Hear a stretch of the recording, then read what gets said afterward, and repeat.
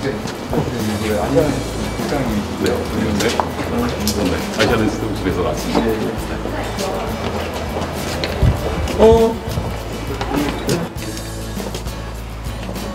문화차차 조원진! 깜짝이야.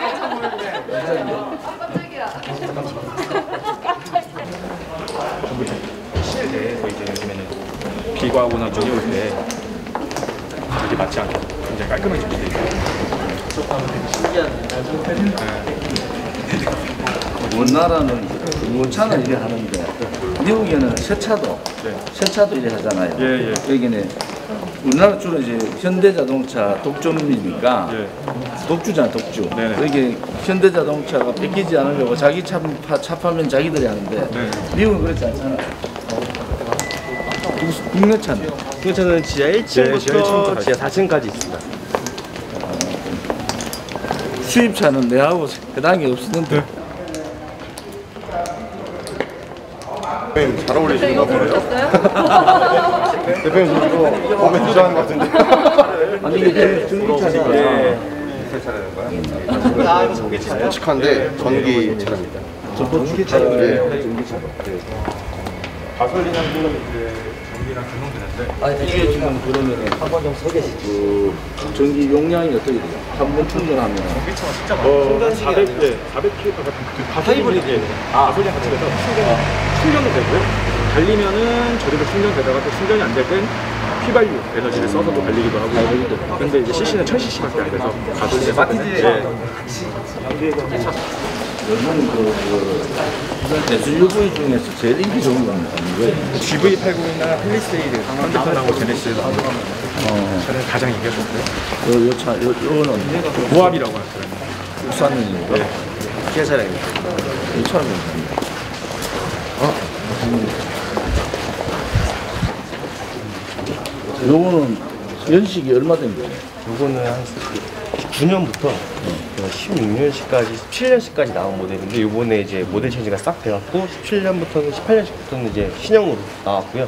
굉장히 튼튼하고 되게 엔진도 좋고 내구성도 좋은 차량으로 유명합니다.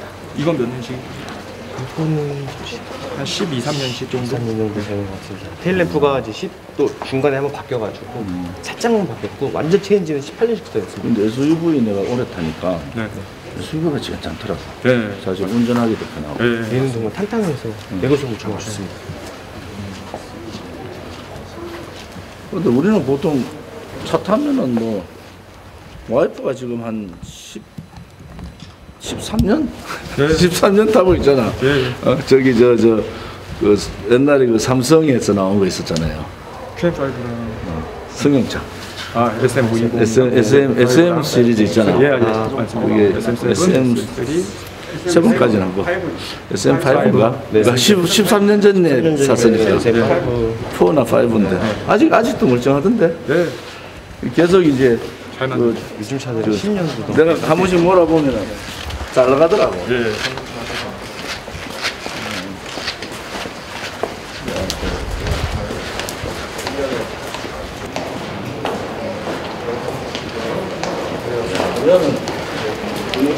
야, 정말 색깔 보고 뭐 취향대로 두루두루 돌아보면서 사면 되겠다.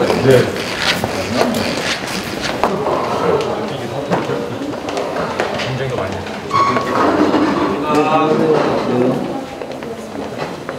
제가 이제 대우 자동차 좀 근무했잖아요. 대우 그룹에 이제 93년도에 당시에 최연소 부장으로 주대우에 들어갔다가 이제 제가 출마한다고 주대우에서 이제 대우 자동차로 가서 자동차 판매 쪽이 좀 있었어. 자동차에 대해서 대강 생리는 알죠. 영업사원들이 어떻게 고생한다는 이런 거 안다고. 중고차 기업 팔기 이런 거 있잖아요. 미국은 주로 자동차 제조사 위주의 판매가 아니고 에이전시, 대리상 위주의 판매를 하는데 이제 지금 이 모양이죠, 사실은. 미국 신차도 미국은 이래 팔잖아요. 근데 우리나라는 소위 말하는 자동차 재벌들의 독점사.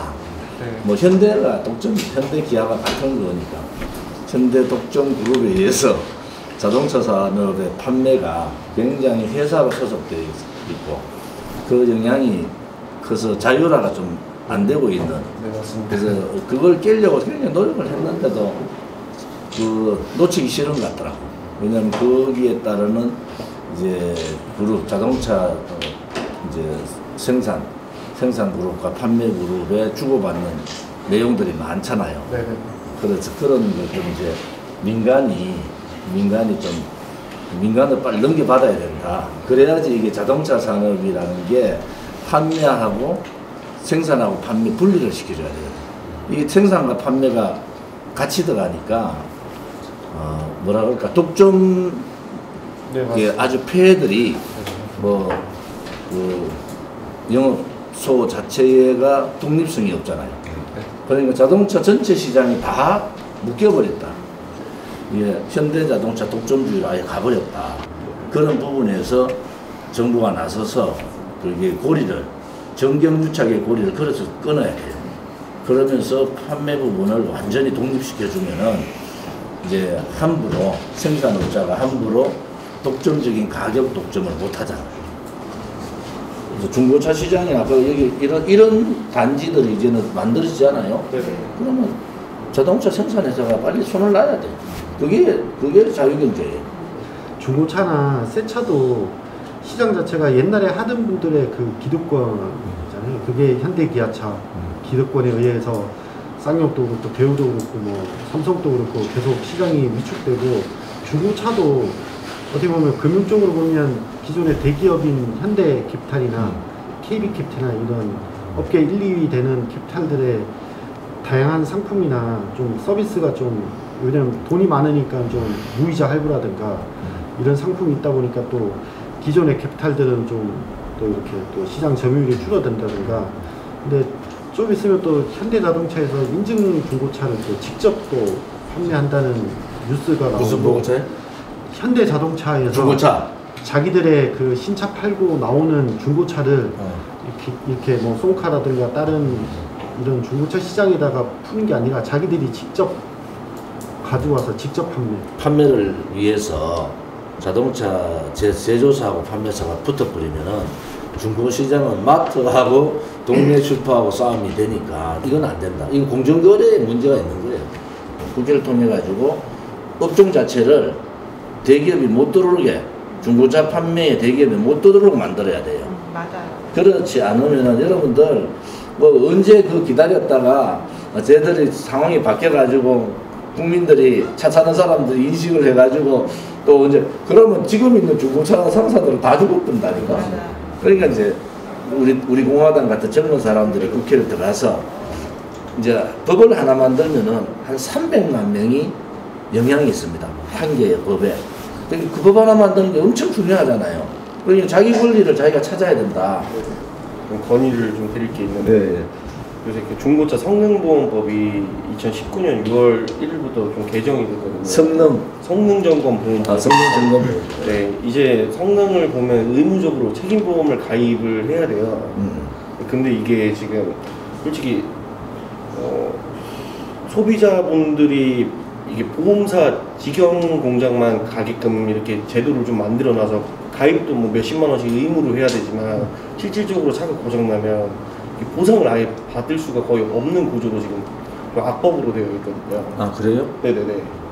그러니까 이게 소비자가 성능과 달랐을 때 이제 보험을 통해서 의무보험을 통해서 이제 해결을 해주는 건데 또 보험사는 또 자기네 아는 공장에다만 넣어야지만 해결을 해주겠다. 또 근데 소비자들은 그 공장은 또 예를 들어서 고장이 나면 이거 소비자 잘못이다. 차가 문제가 있는 게 아니다. 또 이런 식으로 하면 또 소비자들은 차량에 대한 메커니즘을 모르니까 그냥 믿는 수밖에 없거든요. 그거는 굉장히 소비자한테 네. 굉장히 피해가 많이 가는 건데. 네, 맞습니다. 근데 그거를 지금 법이 적용되고 있는데 네네네. 그것을 바꿀 수 있는 방법은 뭐가 있냐? 솔직히 실무자들이랑 좀 얘기도 중고차 연합이나 하고 또 이렇게 공장을 조금 보험사 지정 공장이 다변화시켜라. 네. 그게 이제 통제가 잘못 들어가니까 네, 맞습니다. 소비자는 혜택을 못 보고 효율적인 법만 만들어 놓은 거 아니겠습니까? 네, 결국은 이제 그 보험사 지정 그 공장이라는 것이 다 보험사하고 연계돼가 있는 상황이고 보험사는 보험금을 줄여야 되잖아요. 보상금을 줄여야 되는 게 보험사의 역할 아니겠어요? 그게 큰 액이 되는 거죠.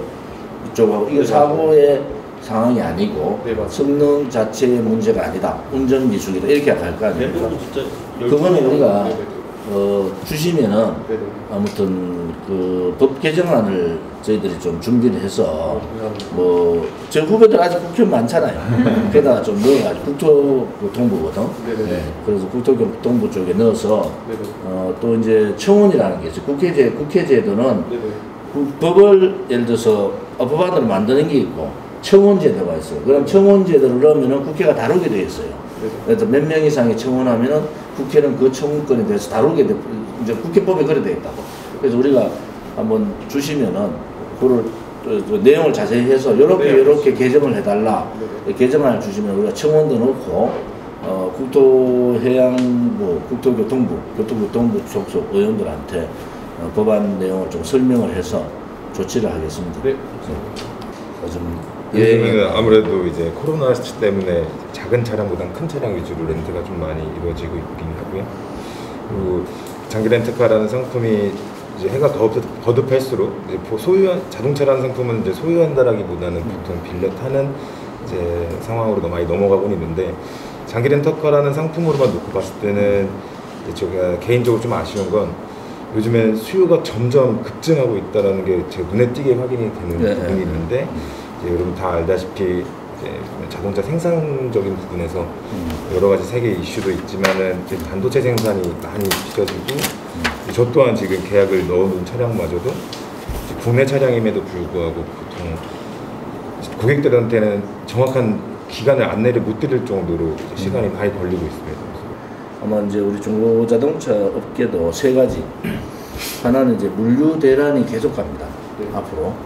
그래서 수입하는 분들이 이제 수입 시기가 맞추기가 힘드니까 이 라인을 정확하게 계속 쥐고 갈 수 있는 방법을 찾아야 된다.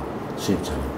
아까 말씀드린 반도체 값은 계속 올라가요. 왜냐면 미국이 반도체 생산하면서 삼성에 대한 압박을 주는 것과 동시에 반도체 시장 가격이 계속 올라갈 수밖에, 수요가 줄 수밖에 없는 상황이다. 그 다음에 이제 유류값. 유류값은, 기름값은 러시아나 그래서 미국이 잡을 수 있는데 안 잡습니다. 다 정치적인 이유가 있어요. 그럼 미국은 의회에서 이제 좀 우리가 가지고 있는 비축 유류, 풀자 이런 쪽이 있는데 아무튼 정부는 아직 풀식이 아니다. 뭐 이렇게 지금 대응하고 있어서 유류값 문제는 중동 문제하고 맞물려 가지고 당분간 계속 오를 가능성이 있다. 그래서 우리 쪽에서는 이제 그 유류세에 대한 인하 이런 부분 좀 검토하고 있거든요. 그래서 이제 전반적으로 자동차하고 관련되는 이 세 가지의 세계적인 경제 상황이 내년도 상반기, 그러니까 내년도 6월 달까지 계속 지속될 가능성이 있어서 거기에 대한 대비를 좀 하셔야 돼요. 그래서 종합적으로 이렇게 이제 자동차 독점주의, 재벌 독점주의에서 이 판매 부분, 아까 얘기했던 리스라든지 렌트카라든지 이런 부분을 빨리 독립시키자. 그렇게 위해서는 어떠한 법들이 선행돼야 되는 게 있습니다. 그거에 대해서 저희들이 종합적으로 한번 그 리포트를 좀 만들어서 보내드릴게요. 우리가 생각하는 것은 이렇게 대비해달라. 아까 말씀하신 그런 법을 주면은 우리 공화당은 이렇게 앞으로 자동차 정책을 쓰겠다. 자동차 판매, 생산, 그 다음에 그 중고자동차, 렌트카 포함해서, 그 다음 리스라든지 이런 거 다 포함해서 이렇게 가겠다라는 것을 좀 만들어서 저희들이 종합편을 하나 만들게요. 성능점검법이 너무 보험사들만 이득을 챙기는, 보험사만 지정한 그 공장에서만 계속 할 수 있기 때문에 그게 조금 법이 좀 바뀌어서 소비자들한테도 혜택이 좀 돌아가야 된다고 생각하고요. 그 다음에 아까 말씀하신 대로 보수 뭐 계약 이런 거를 좀 잘 해주셔서 법이나 이런 거를 좀 국토교통부에 제출을 잘 해주셔서 저희 뭐 자영업자들도 잘 살 수 있게끔 해주셨으면 좋겠습니다. 요즘 반도체가 이제 수급이 좀 안 되다 보니까 신차를 출고할 때 그 6개월에서 1년 정도는 다 기다려야 되는 좀 애로사항이 있어요. 그래서 이게 다 코로나 때문에 뭐 생겨난 거긴 하지만 그래도 이게 좀 빨리 대표님 아까 말씀하신 것처럼 위드 코로나에 이제 진입을 하면서 이런 신차 쪽에서도 우리가 광고에 나오는 차들을 바로 살 수 있게끔 이렇게 좀 시장 경제도 활성화되고 이렇게 됐으면 너무 좋을 것 같습니다. 네, 그리고 대표님도 대선 나오신 거 너무 축하드리고 꼭 대표님처럼 이 서민들의 마음을 잘 아는 분들이 당선되셔서 지금보다 나은 환경이 되었으면 하는 바람이 있습니다. 으라차차 오토부 화이팅!